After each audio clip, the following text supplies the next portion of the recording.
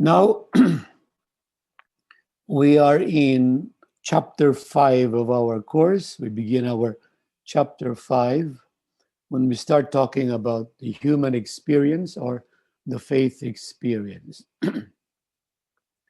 Our emphasis here is more on the idea of the experience. What do we understand by experience? And how do we understand the process or the dynamic that takes place when we have what is called the human experience? So, as you all know, this is the part in our methodology that looks at the situation as we experience it. So, we are actually starting with our own experience. So, the question, of course, that's probably uppermost in your mind is why do we start with experience? What is the reason for starting with experience? And why don't we start with the dogma of faith or a faith statements that have to be believed? And then, of course, a corresponding question would be what happens when we start with the dogma of faith? I think it is good for us to go back to our usual traditional way of talking about experience. Okay. Our traditional way, especially when we talk about experience in the level of our faith, the way of living our life. Uh, we have a dogma of faith, or the church teaches us, which is a teaching of the church. And what the church asks us is to apply it into our life, into our existence. And then from there, we draw particular lessons that fit our concrete situation. In other words, the dogma of faith is there. It is taught by the church. It is supposed to be, let's say, a statement of faith, especially if it is something to do with the, what do you call this, the creed or the articles of our faith in the Nicene Constantinopolitan Creed. And we are asked by the church in order to, what do you call this, to be considered as Christians, to believe in the dogma of faith. And believing that would mean how do we see that in our lives? How is it applied in our lives? How do we put that into practice in our own lives? Or how do we incorporate that into our own understanding? So pretty much a top-down kind of a process. A dogma of faith, its application into our life, and from there we draw the lessons or the particular challenges or imperatives that the dogma or the teaching uh, challenges us with. Okay, now a certain critique of the traditional way. When we follow the traditional way, starting from dogma of faith, in other words, from the teaching of the church, our supposition, of course, is that that dogma is absolute truth. In other words, it is the sure foundation of our faith. It is not something that is supposedly to be questioned. You don't question whether it is true or not. You simply say, how is this applied in my own life? Okay.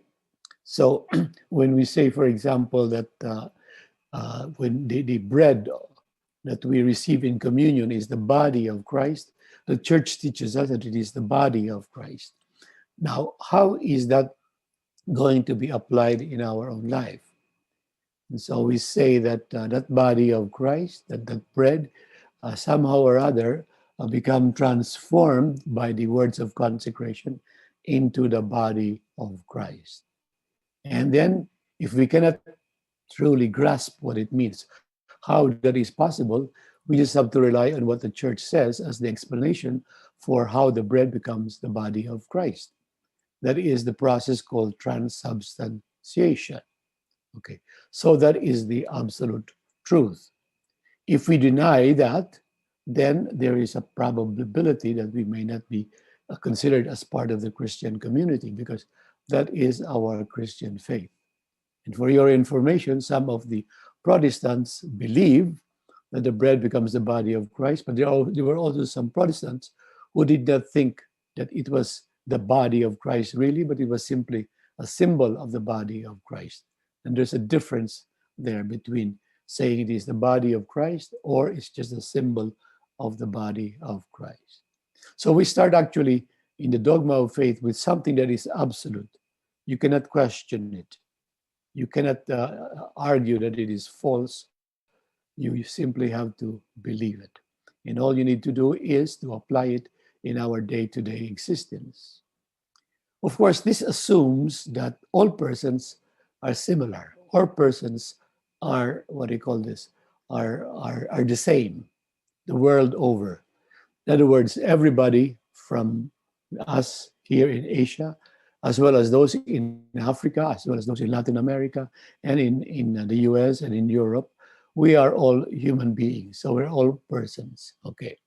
And whatever differences we notice between ourselves and the rest of the people from other parts of the world, they are differences that are simply what we would call cultural differences or accidental differences or and not substantial differences. So we are actually saying that this is something that can be we can somehow when we put into practice the teaching of the church, when we find the practical ways of living that out, then we can put maybe introduce perhaps some of the cultural symbolisms that we have in our own culture, respective culture. So, but it doesn't change the absolute what do you call this teaching of the church. Okay, now, of course, we know that culture is not just something that is accidental or something that is peripheral. Culture is something that is very, very basic and we would say very existential. It's something that lies at the very heart of who we are. Okay. Now, now our response, therefore, is judged. Our response to this absolute truth is judged according to whether we conform faithfully to the truth or whether we understand fully and as best as we can the truth that is being proposed to us. So if we do not understand it fully, then we probably are told you need to study it further. You need to have someone explain it to you, or you have to have more faith. Open your eyes or open the eyes of your faith and you will understand what it is. So in other words, the problem is with you. The problem is not with the truth. The problem is with you. Okay. Rarely do we attribute our lack of comprehension to the differences in experience, context, culture, or language. So if it is in Latin, translate it into our own language. If it is if the symbolism is something that is significant or meaningful in one particular culture, so let's say Western culture, then what we need to do is to adapt it into our own culture. All right, so it's a critique of the traditional way. Now, we will see later on that that kind of way of looking at experience, especially, is pretty much in the traditional way. It's pretty much a one-sided kind of a view on experience. It seems like everything that we have been given to us, let's say in Revelation, is already fixed. You cannot change it. You can only perhaps change a little bit of its interpretation or its application to you, but the interpretation of it is set already. So now, what of course we do not realize, or perhaps we take it for granted, is that many of these teachings of the church are also have their own context. They have their own what do you call this cultural framework from which these particular formulas or these particular dogmas of faith have arisen. In other words, these are expressions that are transcribed within the context of a particular culture. In the case, for example, of what we find in the Bible, that's the Jewish culture, the Jewish Mediterranean culture. In the case of some of the pronouncements, for example, in the Council of Nicaea, the Council of Constantinople, and the Council of Chalcedon, we're here talking about a Roman culture, or basically a Latin culture, Latin Greek culture, and pretty much like it's a Greek culture, which is not the same as, let's say, the Jewish culture. There's a certain kind of a similarity, but for the most part, these are two different perspectives, two different ways of looking at things. Even more so when we start talking about the medieval period and even up to our own times. So we are really talking about a cultural context that essentially differ from one place to another or one people to another. So I think it's important for us to understand why the critique is there in terms of the traditional way. Now, why do we start with experience? Because experience is the ground of both dogma of faith and our reception. When we talk about the dogma of faith, we need to locate it in its own context as an experience in a particular culture. So we're there talking about an experience that may be different from our own experience. And then when we receive the dogma of faith, the reception by us, we are now talking again about a different cultural context. But still, it's an experience for us. So there's a kind of a similarity between the experience of the one that produced the dogma of faith and our own experience of our reception of that faith. So there's a commonality between these two experiences. And so let us try to examine, let us try to understand what is the common dynamic or process that has to be taken into consideration when we talk about experience per se, experience as experience. Okay. So we see that human experience is the common denominator of both our experience today and our experiences of traditional ways of theologizing. So, for example, when people start asking us, let us try to inculturate or contextualize theology in our own context, in our own milieu, then what we are really saying is that take into consideration who we are, our cultural frameworks, the way we understand things, our language, our symbolisms, in order for us to be able to receive that dogma of faith or that experience from the Bible or from the early years of Christianity or from medieval times or even from the Protestant or the Council of Trent, etc. So when we start with experiences, we begin to understand the processes and the dynamics that are at work in our life as human beings. And we assume, of course, that the dynamic in the process will be the same. The content may be different. We may have a different cultural content from, let's say, the time of Jesus, but still, we will probably have the same kind of a dynamic because the way we relate to one another as human beings or as persons is pretty much the same. Okay, that is the dynamic itself. Now, just to be clear, when we talk about meaning and truth, we are really talking about two different things. Searching for meaning and searching for truth are two different things. They are related, they are connected, but they are different. When you say, I am searching for meaning, the questions that is we ask here is, why is it important for me to understand this? What is its meaning to me? Okay, what is its meaning to me? If it doesn't mean anything, okay, it doesn't mean anything. It doesn't register in my own consciousness. It doesn't resonate with my own experience. So when we start talking about truth, we're talking about now the thing that I have experienced, granted that I have found a meaning for it. Is it true or is it not true? Is it true or is it not true? In other words, is it something that is verified or verifiable? Or is it something that is simply just an opinion of another good friend of mine, or maybe another heretic, or another, what they call us, intelligent theologian from the Middle Ages, etc. So what is it true or is it not true? So we say that meaning always precedes truth. The question of meaning always precedes that of truth. Because if it is not meaningful, if you find something that is not meaningful, then it is useless to talk about whether it's true or false. Who cares? Who cares if it is true or false? I don't think it is important to believe that. So this is exactly what we're trying to say.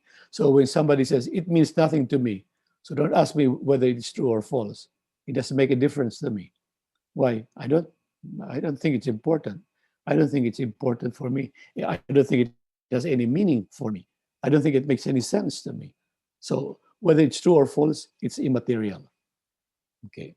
Something, however, is meaningful when it reflects.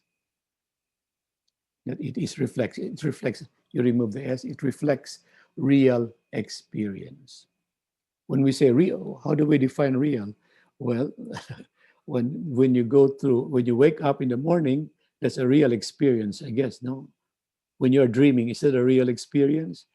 Maybe in the part of your mind, maybe it's a real experience, but it's still, that's why we call it, it's a dream, because it is not really a real experience as we speak of, let's say, eating or drinking or waking up or washing or even studying. Those are all meaningful experiences. Let's say I'm going to go to what is this, to going to SM North. So why are you going there? I don't know where I'm going to go there. I'm just going to go there. So there's no meaning for you to go there. So then you ask, why do you go there if there's no meaning? I'm going to go there because I am going to buy a pair of shoes. Okay, all right. So your going there is meaningful because you have a purpose. It's important for you to go there. And why don't you just buy your shoes here in the neighborhood store here? Because that will not last long. I will go to SM because I find the shoes there will last me longer than the shoes that I would find here in the neighborhood store and the store that is around here in Tanang Sora. Okay, so something is meaningful when it reflects real experience. So when you eat, depending on what you eat, if you eat what do you call this, spaghetti a la, what is this, a la Jollibee, then you are eating spaghetti, which is what do you call this, which is a favorite of the Filipino, especially Filipino children, because matamis tamis is sweet.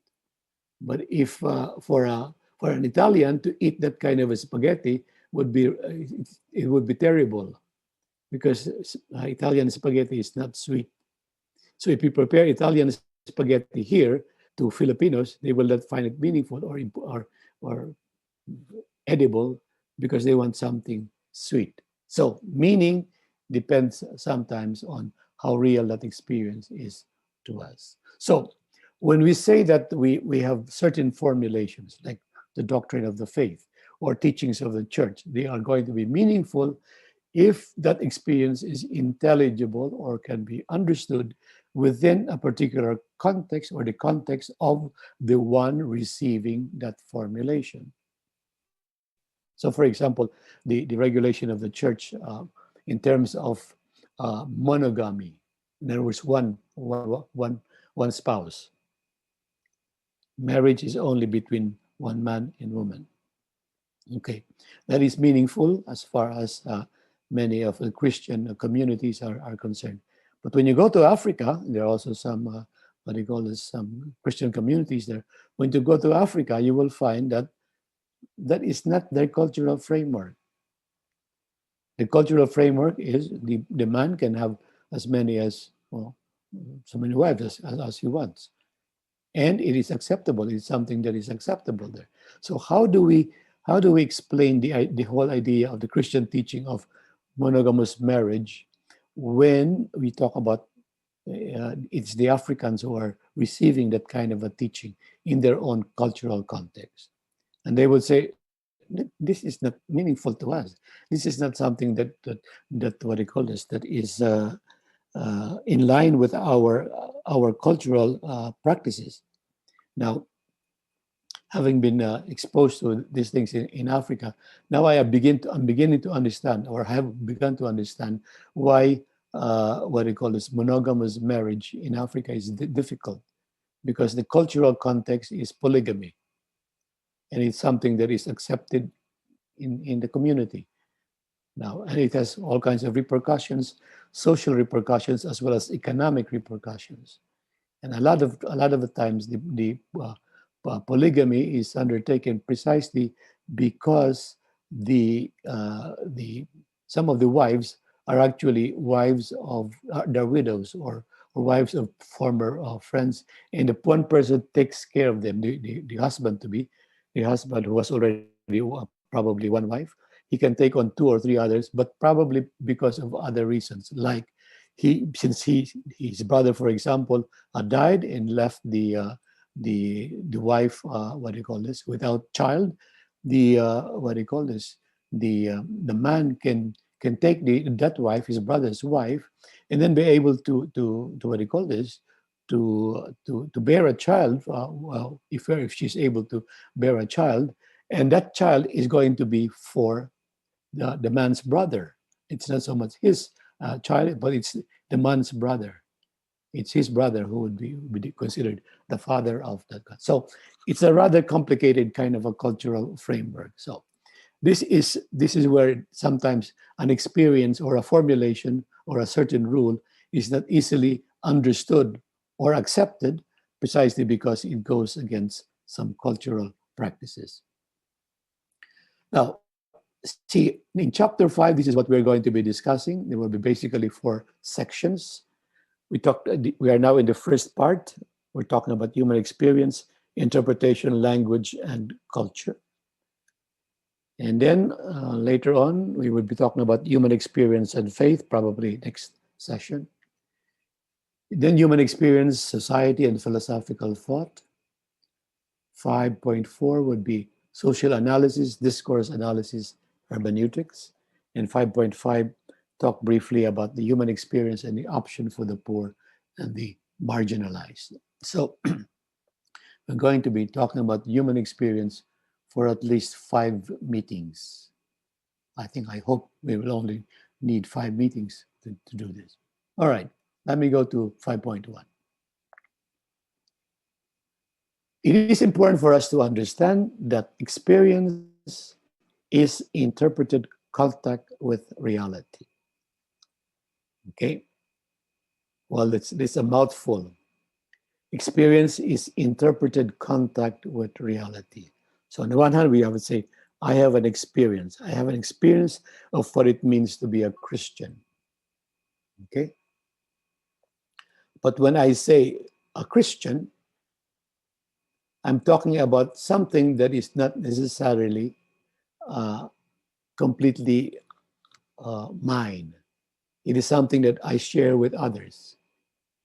So in a way, we're saying being a Christian is not just a personal experience, it's a communal experience. Okay? But it is a reality. I'm not the only one sharing in that experience. It is other people sharing that kind of an experience. But that particular experience, however, that particular experience is already, in a way, what we would call processed or interpreted.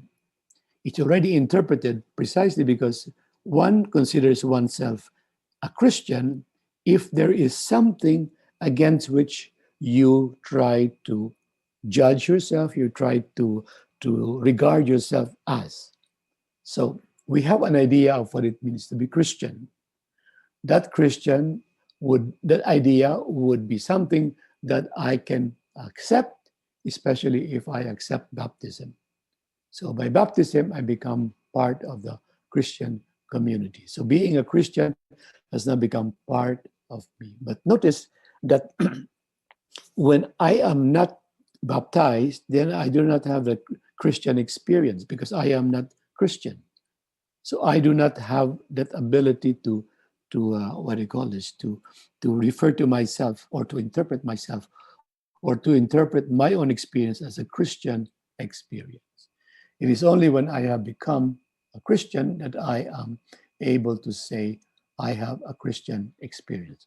Also, we can also say how people live as a Christian. Then you can have an idea of what it means to be a Christian, but you yourself may not be a Christian. You have seen Christians around you, so you're able to say, this is how Christians behave. This is how they live. This is what they believe. So this is what I have an idea of it, but I'm not necessarily a Christian. Okay, so but when you consider somebody as a Christian, you are saying that what I know about applies to him, applies to him. Now, that very process of experience being seen within a context is already at the first level of interpretation. There's no such thing as an experience that is not interpreted, at least on the first level. There's at least there are two levels. We talk about the first level of interpretation, which is just like almost instantaneous kind of an interpretation.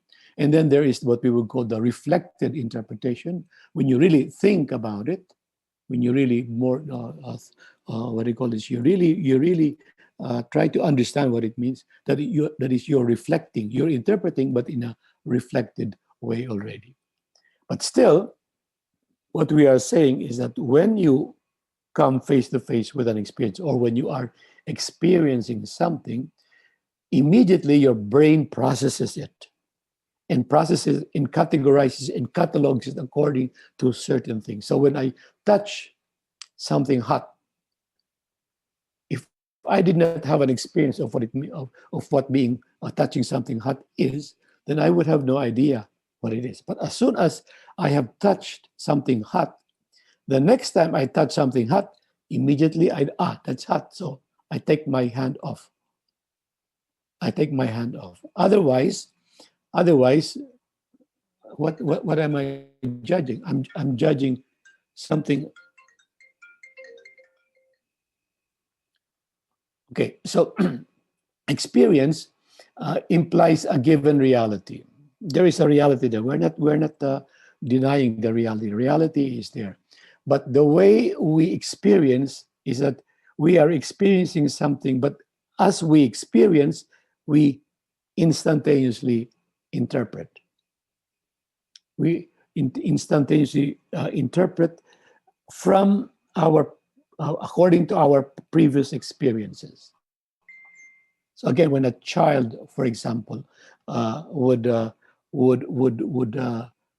put something in his mouth, okay. If it is something good, then the next time he puts something in his mouth, and if it is good, then he will like it. But the next time he puts something in his mouth and it is not good, then he will throw it away. How is he able to do that? There is something in our mind that processes our experiences. According to what do you call this, to scientists, there's really something in our brain that triggers in our what do you call this, nerves, that triggers instantaneous what do you call this, um, perception, and our perception is always based on something that has been previously experienced. Now, if you are, of course, a child, or when we were a child, we were like a sponge. We were taking in everything, but we are not able to process it. Why? As yet, we did not have the language. But as soon as we learn, we listen to our parents talking, we start imitating their talking. And then pretty soon we connect two things together. This one is daddy, this one is mama. This one is my sister, this one is my brother. This one is a table, this one is food, this one is pupu. So everything is, the child gets to understand it. So our experience is always interpreted experience.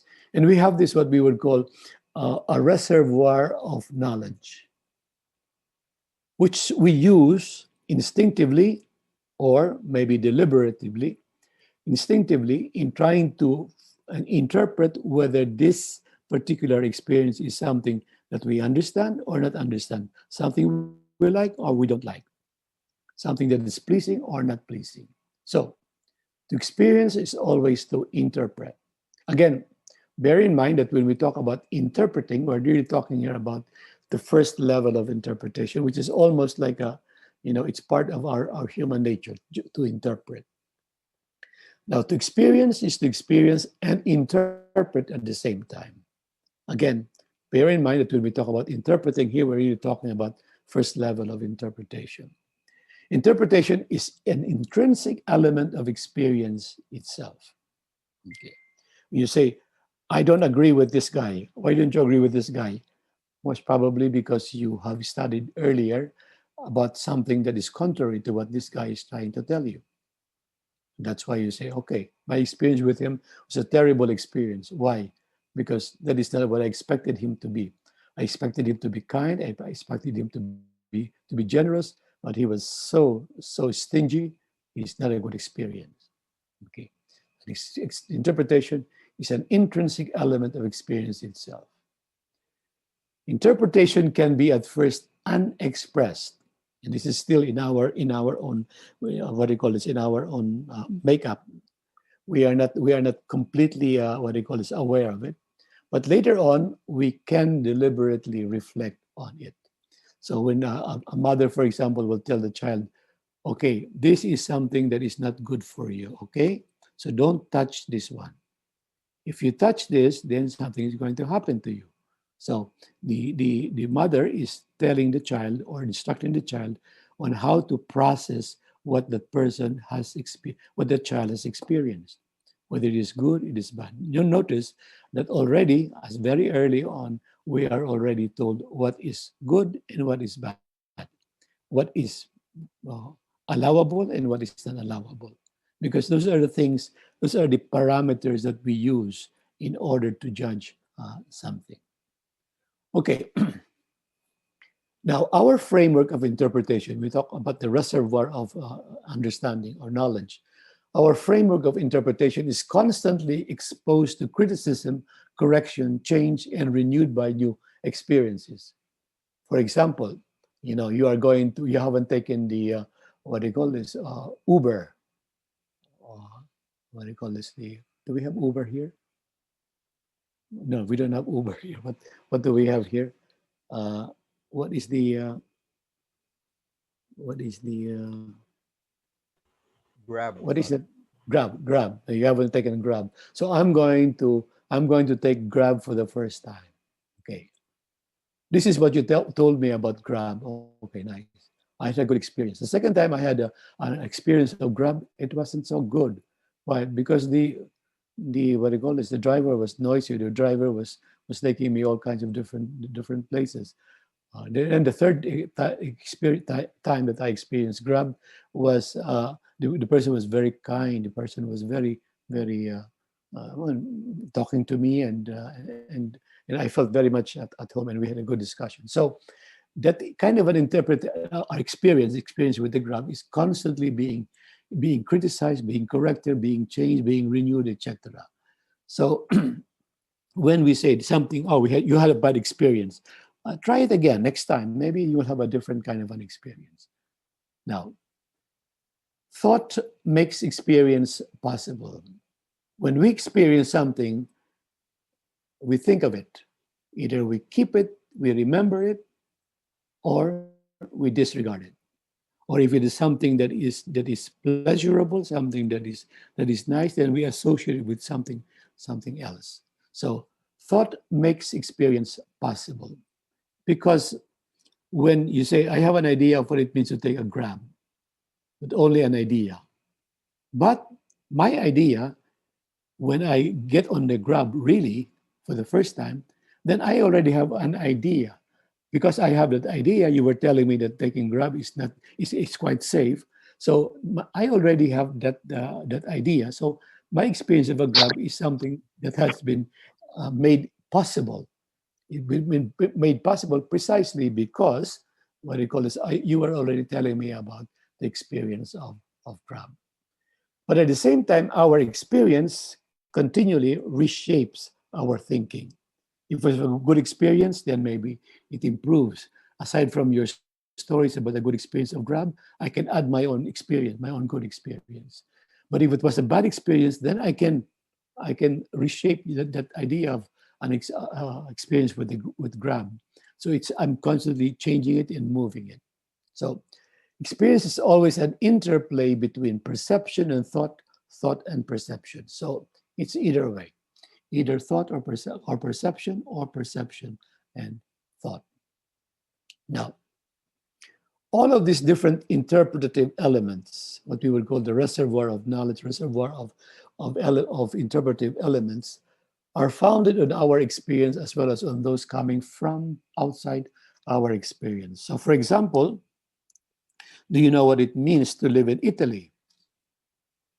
Now, those of you who may have lived in Italy, okay, you would not have an experience.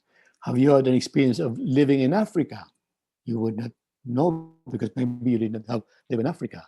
Then I can tell you that living in Italy, living in Africa is something that I have done, and therefore I can talk about these things.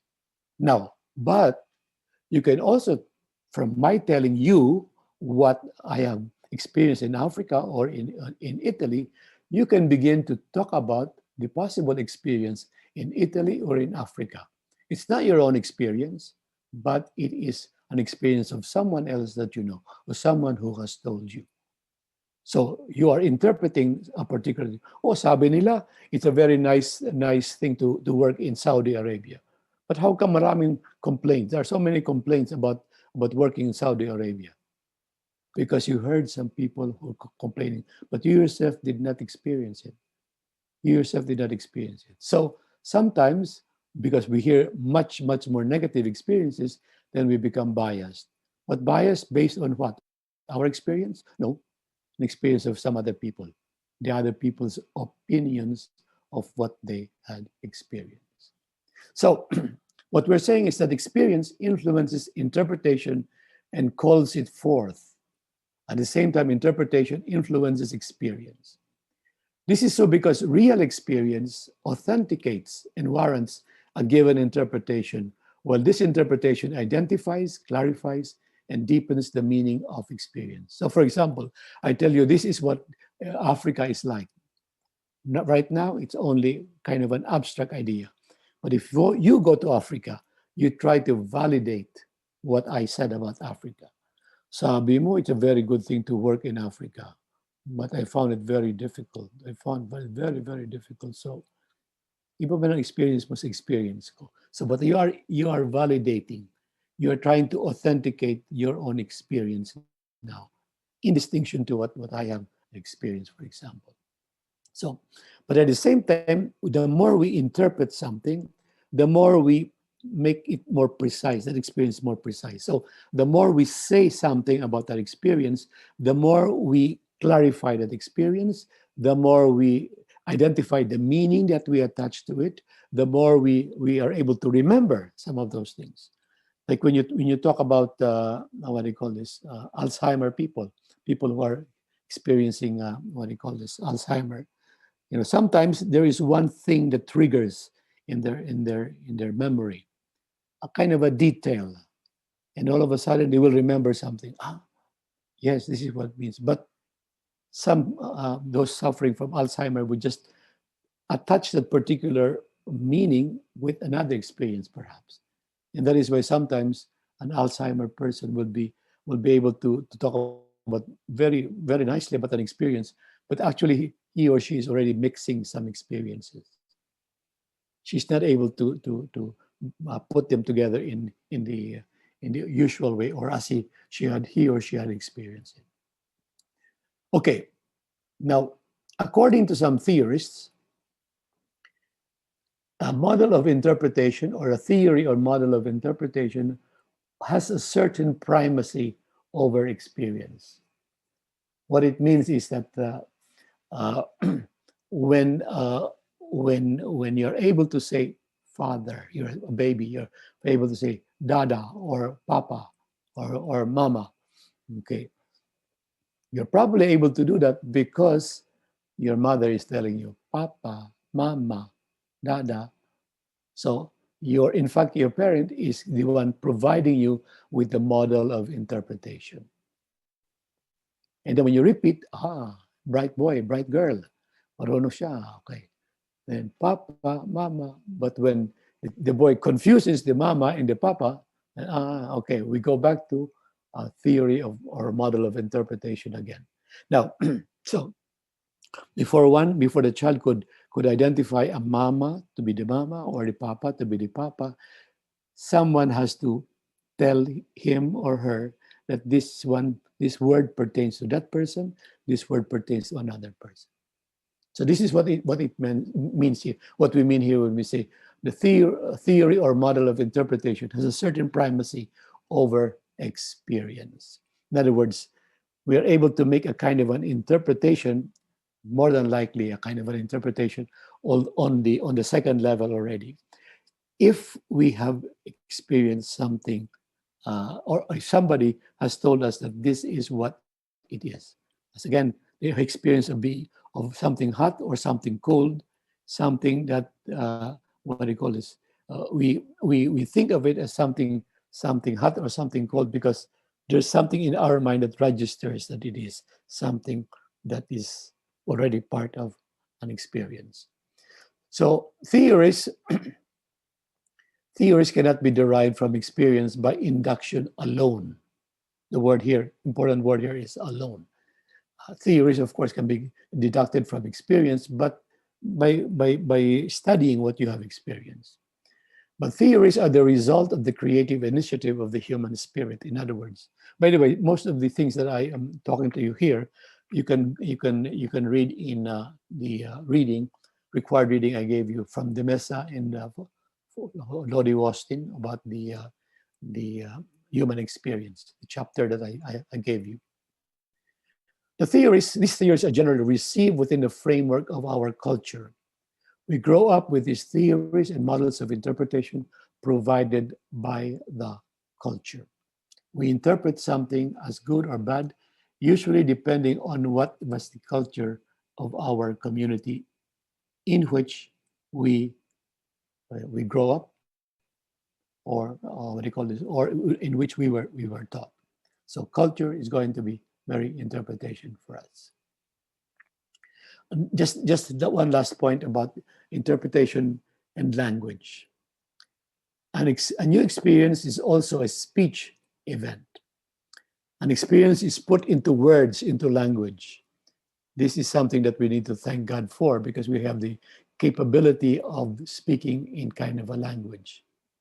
Can you imagine the very early human beings?